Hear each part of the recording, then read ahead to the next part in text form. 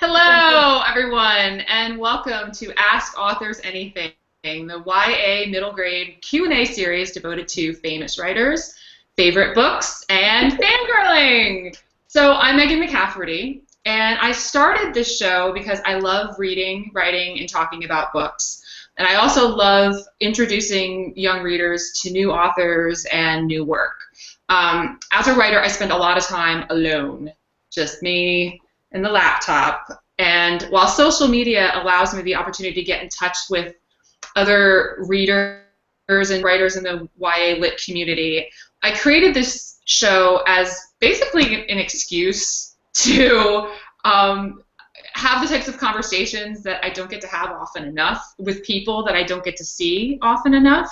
So basically the criteria for inviting authors on the show has been pretty subjective. Pretty much every author that I've invited is someone whose books that I've enjoyed or admired, or both, and someone that maybe I met briefly a few times and wanted to get to talk to again. And so Coe Booth, my guest on today's show, definitely meets all of that criteria. Her debut novel, TYRELL, was a New York Public Library Best Book for the Teenage, an American Library Association Best Book for Young, it was a Best Book for Young Adults and a Quick Pick for Reluctant Young Readers, which is an award that I've gotten to, and I always feel like I take that, the Reluctant Young Readers one I always really like, because it's like we're getting kids who don't like to read, right? It also won the Los Angeles Book Prize for Young Adult Fiction. She followed that up with KENDRA and a sequel to TYRELL called BRONXWOOD. But her latest book, Kind of Like Brothers, is her first middle grade novel. What I love about Coe's books is that how skillfully she writes in the real language of teenagers, but with an authenticity and an artistry that is very, very difficult to achieve. She teaches writing for children and young adults at Vermont College of Fine Arts and mentors teens for the NAACP ACT-SO program. Born and raised in the Bronx, she still calls that borough home. So please welcome to the show, Coe Booth. Thank you.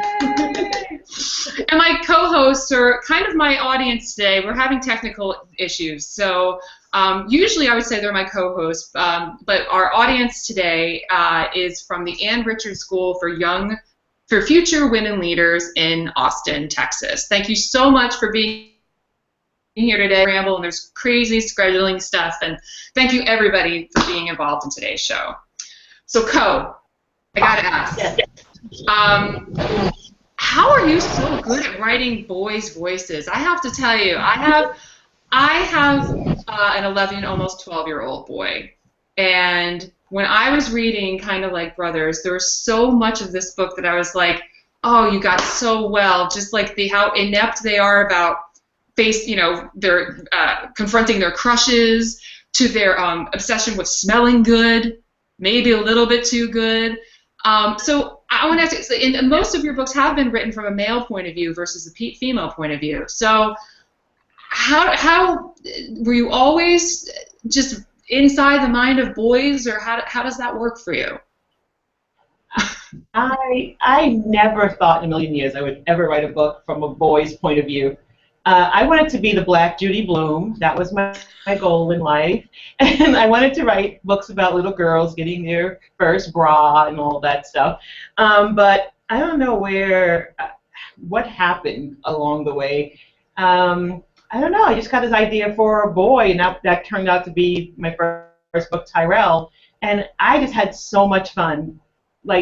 Because look, my whole life I've been trying to understand boys. I just, why do they do these things? So, so I think I just got so into trying to get into their mind that I got stuck there a little bit. So no, but I do worry about that. Honestly, I worry that I'm not able to do it well. I worry about, how would a guy say this, or how do boys feel about this? So I'm always like second guessing myself about that. So when I hear a real boy say that it felt honest to them, I'm really excited, because it's something I do I'm worried about while I'm writing. But I don't know. I just have fun with boys. Do you worry any more than you worry about the female? Do you worry more? Like, I think another question, and this was one of the questions that was asked from our readers, from Ann Richards. Like, do you find it difficult to write in a teen voice or not? What challenges are there for you for writing in the teen voice? Or does it come naturally for you, and that's kind of why you chose this audience to write for and about? It kind of comes natural to me, because when I started writing in second grade, I was writing books about 15-year-olds, and when I was 15, I was writing books about 15 years old, and now that I'm 40 years old, I'm still writing books about like teenagers. I just love that age, and so I don't really, I feel it comes sort of natural in a way. I kind of feel like I understand what it's like to be at that awkward stage where you think you kind of know things, but you're so, I don't know, it's like so much going on in your mind, and everything is new, everything is the first time, and yeah, it's, I don't know, it's my age. It's like I just love writing in that age. Well, I feel like, I feel the same way. Like, I don't have any interest in writing about 40 women either. Like, I just. Because I think it's so true. It's the newness of everything. Everything matters so much more. Yes, because it's also time. Yeah. Exactly, and also that's why I find the readers of these books to be so much more interesting to me, because the books matter more. Right? Like, yeah, don't you remember the books you read when you were that age? It was so, like, it just was so exciting, like, and so meaningful. It's like you pass them around, and so it's just a great time to write, great age to write for and write about, So you're especially your older books, your books for young adults, you really do use the language that teenagers actually use. And so sometimes that language isn't so pretty, and I do too. In my books too, the characters also let it fly, and so I know what trouble I've gotten into for having that type of language, and not just the language, but the situations that the characters find themselves in. So have you experienced any censorship, or have your books ever been banned, and what's been your response to that, if so? I think I had some minor sort of places where it was banned, but not necessarily banned, but just maybe taken out of a school library or a middle school library because they thought it shouldn't be put there. But I think more than not, my books are sort of censored by just not being bought for a library at all, or just not being, they just pretend it doesn't exist. So, like, oh, we don't need that book in our community, kind of thing. So it's not like it's removed from the library. It's just never, a lot of places it's just seen as, oh, that wouldn't relate to our kids, so we're not going to buy that book for the library. That's probably more likely with my books, especially when you see the cover and they go, oh, no, we don't need that. We're not looking for that kind of book. So it seems like you're touching a little bit on the topic of like diversity in books, or lack of diversity in books, or the difficulty of getting diverse books into the hands of readers. Right. As you know, the We Need Diverse Books campaign, which started out as a Twitter hashtag, and I've said, like, I'm very reluctant to jump on the bandwagon when it's anything that starts as a Twitter hashtag, but in this case, it really turned into a very powerful movement that got people talking and has people continue to talk. Do you see things getting better in that regard, in terms of not just having books published, but also, once they're published, getting them into the hands of readers? I think things are getting better, but I think it's very slowly getting better. And I do think that more books are being published, more diverse books are being published. But again, it is that other step of the gatekeepers, letting it into the hands of everybody, or thinking it's going to be something that everybody would like to read. I think that, yes, there are diverse books, and yes, most communities will teach those books, say, during Black History Month or whatever, that kind of thing. But will they it's just not incorporated. It's a separate thing. It's like, oh, we're going to study these kind of books now, and it's always a separate thing. It's not integrated. I see that even in like public libraries when, I always say they always put all the books with African Americans on the urban bookshelf in the back of the library. Yeah. But when they have the Valentine's Day table or the display, you just don't see those books mixed in with everybody else as if, oh no, that's for Black History Month. We don't need those now. We just, and it's like it's separate, and that's where I really see the it's the integration of these books in with everything else is the step that I would like to see more sort of attention played to, put towards, because that's where I feel like it's just missing. The books are there, but they're just not being made available to everybody. Well, I think there's this idea that it has to have that it has to be like historical to have merit. That a contemporary book in an urban setting doesn't have any like so-called literary merit, which is ridiculous. Right. Because you're only going to read the one book during Black History Month, so they want to make it something that fits in and you can write a paper about it. Right. Right. Whereas I'm such a firm believer in letting kids read the type of books that they want to read. Right. That there's immense value in books that are simply fun or entertaining or deal with just the everyday kind of issues that teens of all kinds experience. And it's troubling to me that certain gatekeepers decide like what is considered a book of merit and what's not. What do you think that we could do in terms of consumers and lovers of books to help keep this diverse books campaign going? That's a hard question. I think it's just mostly awareness. I think as we continue talking about it and we keep bringing it up, I was recently in Chicago, in suburbs of Chicago, and a teacher asked, like, why would I need to teach your kind of books in my school? We only have like 2 ethnic children in our whole school district.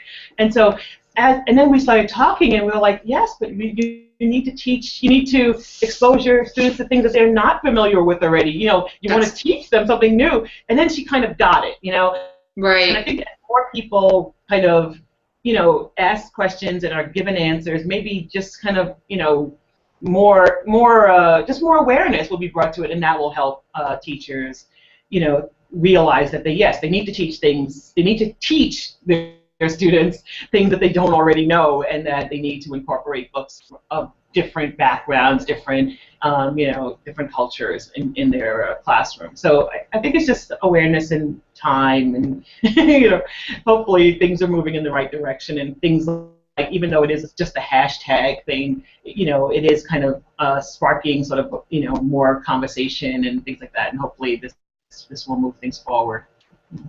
I just recently saw Jackie Woodson speak at Southern Festival of Books, and the way she put it was so beautiful. She's like, people want to, that characters in books are both a window and a mirror. Yeah. So like you want to see yourself, but you also want to be able to see your way into other worlds as well. And I was just like, yeah. That's so true. I mean, and that's why I read. That's why I don't always want to read. I very rarely want to read about people like myself. I'm kind of bored. The thing is that a lot of times kids need that mirror before they're ready for the window. They Absolutely. need to first see themselves and get hooked into reading, and then they're ready to explore. And I think that for a lot of kids who, kids of color, they're just not able to get that mirror, and so they never get that reading hook early enough, and then it becomes a chore, So right. I think the more mirrors we give them, especially early on, that then they'll be ready to explore, everything. So I want to talk a little bit about Kind of Like Brothers, which is your first middle grade book. And so I recently just wrote my first middle grade book as well, and I wanted to hear from you how you felt in the shift in writing for YA versus middle grade, and because I loved it. I had more fun writing for middle grade than anything that I've ever done. So I'm interested in hearing about what your experience was like. Well, I thought it was going to be a whole entirely different thing. I don't know what I was thinking. I actually found it very similar to writing YA. I didn't really change very much. I don't know. I didn't really. I felt like it was sort of similar in a way. You know, it was more fun. There were lighter moments. I got to be a little more goofy, which I always enjoy. But I still wanted. I don't know. I still tried to find that balance of funny and serious. And so in that way, I felt it was sort of similar to my YA novels, but just sillier, which is always fun. Yeah. What about you? Is your book funnier or? You know, it was lighter. I think lighter is the best way, and not lighter in terms of like, and I wouldn't say like not easier. Just I didn't realize how much my characters' own cynicism and pessimism, in my YA characters, were influencing my own life and my own mood. And so when I was writing 12-year-old Jessica Darling, she's more open-minded, she's more naive, she's just not as cynical yet, and I was happier writing her. And so my husband was like, you're in a much better mood writing these books. I really like you when you're writing these books. Yeah, right. So that's a good point. Yeah, that's a good thing. They do have different outlooks on life. My YA characters are always going through hard times, and you know, it's heavier. Whereas my middle grade character, Jarrett, he is going through some stuff, but it is definitely, you know, a little bit lighter, and he gets to be a little sillier in trying to handle it and stuff like that, which is fun. So, you know. Well, we're just talking about, you know, writing the harder stuff in your YA. What's the hardest scene you've ever had to write? Probably in my first book, TYRELL. There's a scene where I don't want to give away the ending. No, it's okay, all right. It's a tough scene near the end of the book where something he has been he's been dreading might happen actually happens, and I wrote it and I was literally crying myself because I didn't when I was writing it, I knew something bad had to kind of happen, but I didn't even want that to happen, but I kind of knew it had to happen, and it was so difficult because I was like, no, he's been working so hard to avoid this, and then it happened, and it was sad. So that hurt. It is. It's so bad when we make our characters go through awful things, but you have to. I mean, if they don't struggle, then you have a really boring book, right? So they have to. You can't just have everything be la la la la la, because then there's nothing worth reading. But I get so protective of them. I just don't want bad things to happen to my characters. I want them to be happy. You want them to be happy, but as a reader, right, that'd be like really boring. So, so your books are they all in first person? Yes, so far. Yeah, you are, right? Yeah. So and all my books are in first person as well. Yeah. And does it get weird in there sometimes? Meaning, do you ever start really thinking and feeling like your characters, and is it sometimes hard to shut that off? Not really, but sometimes I deliberately put myself in my character's voice. So if I'm doing something, if I'm outside somewhere, running errands, or I'm on a trip, I just kind of go, how would TYRELL see this scene right now? And then I kind of like talk in my head, and not out loud. I talk in my head in his voice to see like what would he notice about this right now, or what, you know, I'm at the supermarket, what would he see that I'm not seeing? What would he see, or what would he think? So I do that a lot, like an exercise as I'm writing, to kind of always try to like get back into my character's head. I do not do this out loud though, so it's not weird at all. I'm not speaking out loud, but I do try to like keep myself sort of touching back to the character all the time, just to see what he would think or she would think in this situation. So it's a little. I'm sorry. You like to write in groups, is that right? Do you generally write? Do you go in public places? I feel like I've read that you like you write in cafes and I do. I write. I meet friends for writing dates sometimes, but I would say the majority of my writing is done alone. Like, I still do most of my writing between midnight and 3 a.m. when really? it's quiet and I can just get into it. So, but I do meet people and we do some writing dates here and there, but not as much as I write alone. So. Do you still see the long stockings? Yes, but again, it's so hard. Everybody moved. Everyone lives everywhere else now.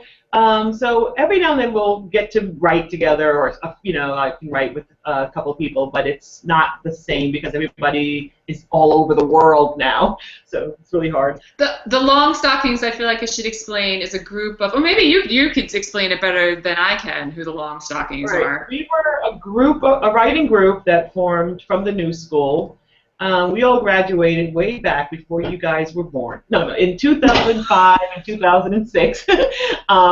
And we formed a writing group, and we had a blog where we talked about books and writing, and then we would meet to write together whenever possible. And then the best part was that we would go on these writing retreats, and we would rent a cabin or go to a bed and breakfast and have like a long weekend of writing. So that was really fun. But it's so hard now because everybody lives everywhere, and everybody's so busy. So, but it was really fun while it lasted.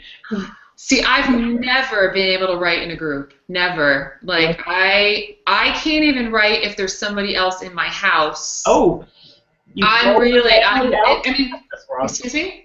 You throw your family out when you have to write? Yeah, I do. Or when they're here, I just don't get anything done. It's just, it's just their mere presence in the house is a distraction to me. Yeah. And the idea of like going into like a coffee shop and writing in public, that's like so noise though. I like having that like background noise and people sort of chatting and things are happening around me. There's even an app I use. I'm not kidding about this. This is the nerdiest thing ever. It's called Coffeetivity, and you play it on your computer and it just sounds like a coffee shop. Like that is crazy. It's the background noise. So you sort of hear people talking, but you can't really make anything out. And you hear like the machine making the espresso, and then you hear like some dishes every now and then. And it's just coffee shop sound effects. And it's the best thing for productivity. I'm telling you. I have never heard of that. Coffeetivity. I mean, maybe that'll turn me into a coffee shop person. I don't know. It's really good. See, and that's what I've loved. I mean, I've loved doing this show for many reasons, but I've loved talking to so many different writers and hearing about what makes them tick. Mm-hmm. Like how the things that other writers' writing habits and what works for them and how they're so different from me. And I find it fascinating how I mean, I guess it's just like people's methods are as different as we are as people, I guess, right? So what are you working on now? I'm working on another YA novel. It is in the very beginning stage, so I wouldn't even say I'm technically writing right now. I would say I'm thinking on paper. So I'm writing by hand in journals, and I use fountain pens because they're cute and pretty, and I get to use fancy colors. And so I'm just writing out ideas on paper about what I want it to be. And right now it's sort of like nothing. It's just a big blob of stuff in my head. But hopefully in the next like couple of weeks I'll be able to kind of make a little bit more sense of it and start really getting it together. So is that how it is? Is that been your process for all your books, or pretty much? I'm not an outliner, so I never know what the actual book is going to be. But once I hear the character's voice in my head, then I can get ready. I can actually start writing. And most of what I write is terrible. I just write and I delete half. I mean, it's a good mess. But I just kind of write and feel my way around as I go. So I'm never going to know what the actual story is about until I'm actually writing it. And it doesn't make for the quickest writing in the world, but it's fun. It's like a discovery for me, and I really like kind of figuring out who these people are and what they want to say along the way, and then delete it, half of it, and then it's a slow process, but it's interesting because it's like you're figuring it out and you're discovering and writing at the same time, and you're like, oh, I didn't know that was going to happen. Cool, you know. And does that happen to you a lot as you're writing the book then too? That, I mean, you mentioned earlier not wanting Tyrell to have to experience this thing that you knew that he would have to experience. So I imagine, because I'm more of a, what is it? They say, what is it? Like a pantser or a plotter, right? So by the seat of your pants or a plot. I'm mostly a pantser, whereas I kind of let I'm a pantser. Characters sort of lead me. Yeah. But I always like to know at least, like, I need the beginning and I need the end.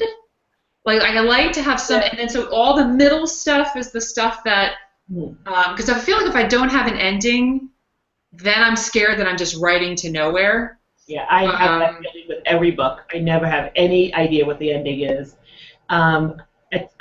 You know, I'm like, at some point this has got to end. Like, this is the longest, even my middle grade book that went kind of like Brothers, the way I wrote it, the first draft was at least double the length of the book that is there. It was so long and out of control. I wrote it like a YA novel length, and you know, I didn't know. At some point it ended, but there was just so much stuff in the middle that I had to like do a couple of drafts after that to just delete like 50,000 words out of it. It was so long. Wow.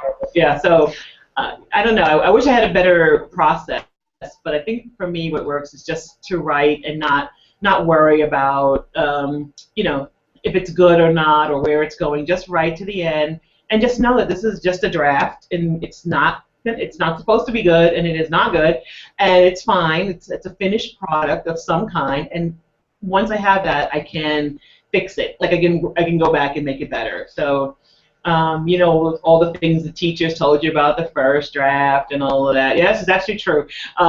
You know, you have to do it again. The first draft is not good. Well, I was going to say that's great advice for aspiring writers, but I'm kind of in the same stage that you are right now with my next novel, so it's good advice for me right now too. That just I'm just going to put it all out there and put it out there and just know it's bad and that it's just a draft. It's not supposed to be good.